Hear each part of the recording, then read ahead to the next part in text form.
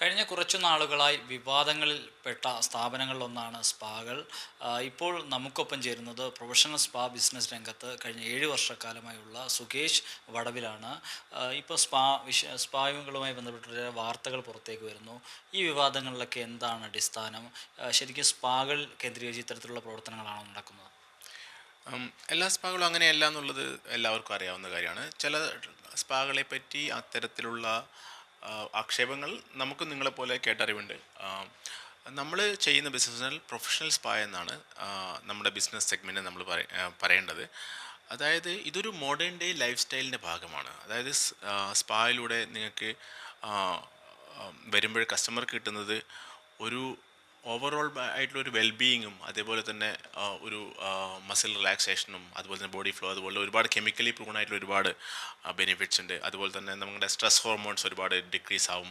Happy hormones ആയ serotonin, endorphin, oxytocin ഇതുപോലുള്ള ഹോർമോൺസിൻ്റെ ഒക്കെ സെക്രീഷൻ ഉണ്ടാവും. And your overall health and wellbeing will be really elevated and stress will be decreased. And അതുപോലെ തന്നെ നമുക്ക് massage കൂടാതെ pedicure, manicure, facial scrub, wrapping, അങ്ങനെ ഒരുപാട് സർവീസസ് ഉണ്ട് ഇതുമായിട്ട് ബന്ധപ്പെട്ട്.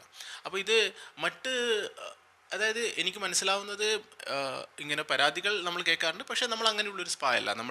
നമ്മുടെ ബിസിനസ് ഉള്ളത് വെച്ചാൽ നമ്മളിപ്പോൾ ഷോപ്പിംഗ് മോൾസിലാണ് നമ്മുടെ സ്പാകളുള്ളത്. അതുപോലെ ബിസി കമേഴ്ഷ്യൽ സ്ട്രീറ്റുകളിലാണ് നമ്മുടെ സ്പാ ഉള്ളത്. ഇതൊരു ലൈഫ് സ്റ്റൈൽ ചോയ്സാണ്.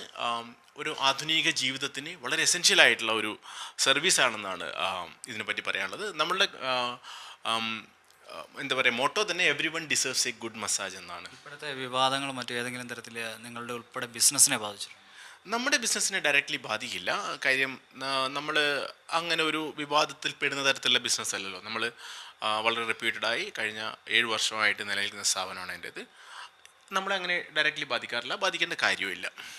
എന്നിരുന്നാൽ ഈ വാർത്തകൾ പലപ്പോഴും ആളുകൾ നിങ്ങളുടെ ഉൾപ്പെടെ കസ്റ്റമേഴ്സിലേക്ക് ഈ വാർത്തകൾ വരുന്നു. സ്വാഭാവികമായും അവർക്ക് ഇത്തരത്തിലുള്ള കേന്ദ്രങ്ങളിലേക്ക് എത്തുന്നതിലൊരു ഭയം ഉണ്ടാകും. എന്ന് തീർത്ത് പറയാൻ പറ്റില്ല. കാര്യം എല്ലാവർക്കും ഈ ഒരു ഇൻഡസ്ട്രിയെ പറ്റിയോ ഈ ഒരു പ്രൊഫഷണൽ സ്പാ എന്തിനു വേണ്ടി, ആരാണ് ഇവിടെ യൂസ് ചെയ്യുന്നതിനെ പറ്റി കോമൺ പബ്ലിക്കിന് വലിയ അവയർനെസ് ഉണ്ടാവില്ല. അത്തരത്തിലുള്ള ആൾക്കാർ ഇതുപോലുള്ള ക്വസ്റ്റ്യൻസ് ചോദിക്കാറുണ്ടെങ്കിലും നമ്മുടെ സ്പാളിലൊക്കെ വരുന്ന ആൾക്കാർ എന്ന് പറയുന്നത് ഫാമിലീസ് വരാറുണ്ട്. ഒരുപാട് ladies customer, about 50% of our customers are female.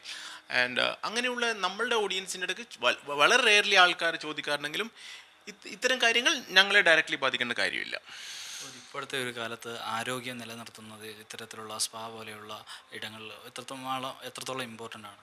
വളരെ ഇമ്പോർട്ടൻ്റ് ആണെന്നാണ് ഞാൻ മനസ്സിലാക്കുന്നത്. അതായത് നിങ്ങൾ ഒരു ആധുനിക കാലത്തെ സ്ട്രെസ്സും അതുപോലെ തന്നെ ലൈഫിൻ്റേതായ കുറേ ഡിഫിക്കൽട്ടീസും, ലോങ് അവേഴ്സാണ് ആൾക്കാർ വർക്ക് ചെയ്യുന്നത്. ഇപ്പോൾ IT യിലൊക്കെയുള്ള ഒരുപാട് ആൾക്കാർ നമുക്ക് വരാറുണ്ട്.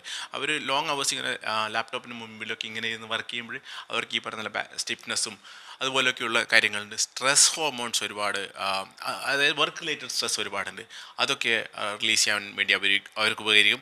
അങ്ങനെ ആധുനിക കാലത്ത് എന്താ പറയുക, മനുഷ്യന് വന്നു ചേർന്നിരിക്കുന്ന അഡീഷണൽ സ്ട്രെസ്സും അതുപോലെ തന്നെയുള്ള ലൈഫ് സ്റ്റൈൽ റിലേറ്റഡ് ഒരുപാട് കാര്യങ്ങൾ എന്താ പറയുക ഈസി ചെയ്യാൻ വേണ്ടി ഉപകരിക്കും. പക്ഷേ ഇതൊരു ട്രീറ്റ്മെൻറ്റ് എന്ന് വെച്ചാൽ ഇതൊരു മെഡിക്കൽ കണ്ടീഷൻ ഉണ്ടെങ്കിൽ ആൾക്കാർ കൃത്യമായി ഡോക്ടറുടെ പോകുകയും അതുപോലെ കാണുകയാണ്. ഇത് അത്തരത്തിലുള്ള മെഡിക്കൽ കണ്ടീഷൻ എത്തുന്നത് പ്രിവെൻറ്റീവായിട്ടുള്ള നിങ്ങളുടെ ഓവറോൾ മൂഡ്സും അതുപോലെ തന്നെ ഒരു ഹാപ്പിനെസ്സും ബോഡിയുടെ സ്റ്റിഫ്നെസ്സൊക്കെ എന്താ പറയുക കുറക്കാൻ വേണ്ടിയിട്ടുള്ള ഒരു കൈൻഡ് ഓഫ് സർവീസാണ് സ്പാ എന്ന് പറയുന്നത്, പ്രൊഫഷണൽ മസാജ് എന്ന് പറയുന്നത്.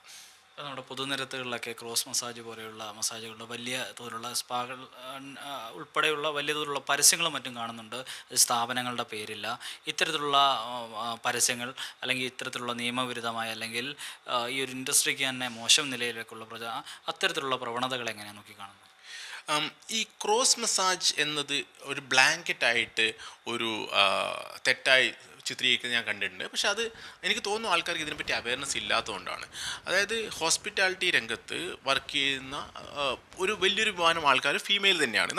നമ്മുടെ അടുത്ത് ഫീമെയിൽ തെറാപ്പിസ്റ്റുകൾ മാത്രമേ ഉള്ളൂ. നോർത്ത് ഈസ്റ്റുള്ള തെറാപ്പിസ്റ്റുകളാണ്. അപ്പോൾ ഇവരൊക്കെ ഇതിനെ വളരെ പ്രൊഫഷണലായി ട്രെയിൻഡായി ആ ഒരു രീതിയിൽ കാണുന്നവരാണ്.